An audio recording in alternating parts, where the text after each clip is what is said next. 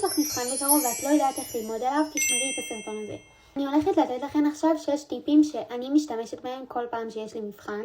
אני ממש מקווה שזה יעזור לכם. טוב, אז אני מתחילה בטיפ הראשון, שזה בעצם לחלק את החומר לפי ימים. ברגע שאתן מקבלות את החומר שאתן צריכות ללמוד למבחן, אני ממליצה לכם לכתוב ככה את כל הנושאים בצורה מסודרת. ואחרי שחילקתן את זה לפי נושאים, אני ממליצה לכם לחלק את זה גם לפי ימים.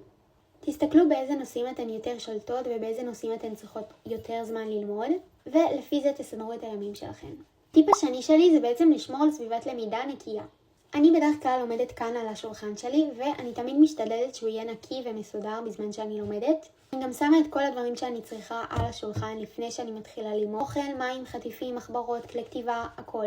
וככה בעצם יש לי פחות הסחות דעת. טיפ מספר 3 זה בעצם ללמוד 20 דקות ולקחת 5 דקות הפסקה. בעיניי זה הרבה יותר קל ללמוד כל פעם קצת ולעשות הפסקות בין לבין. זה בעצם מה שמוביל אותי לטיפ מספר 4.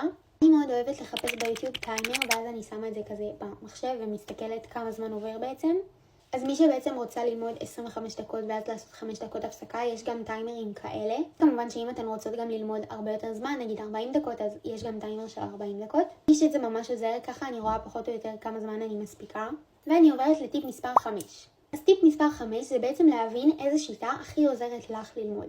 לי לדוגמה מאוד עוזר לכתוב סיכומים על החומר, אבל זה יכול להיות גם לפתור שאלות, להכין מצגות, ללמד אחרים, או אפילו שאחרים ילמדו אותך. אבל יש באמת כל כך הרבה שיטות לימוד, אז אני ממליצה לבחור את מה שהכי נוח לך. טיפ מספר 6 ואחרון, להוציא את הטלפון מהחדר. לי אישית זה ממש מפריע לריכוז, ואני כל הזמן במחשבות שמה יקרה אם אני אקבל הודעה וזה, וטיק טוק ואינסטגרם, ובאמת כל הזמן לבדוק. אני יכולת גם לשים אותו על מצב לא להפריע, ופשוט לשים אותו רחוק מאיפה שאתן לומדות. אבל זה באמת סופר חשוב, כי זה מבזבז לי מלא זמן, כאילו אני יכולה להיכנס ל5 דקות ולהישאר שם שעה.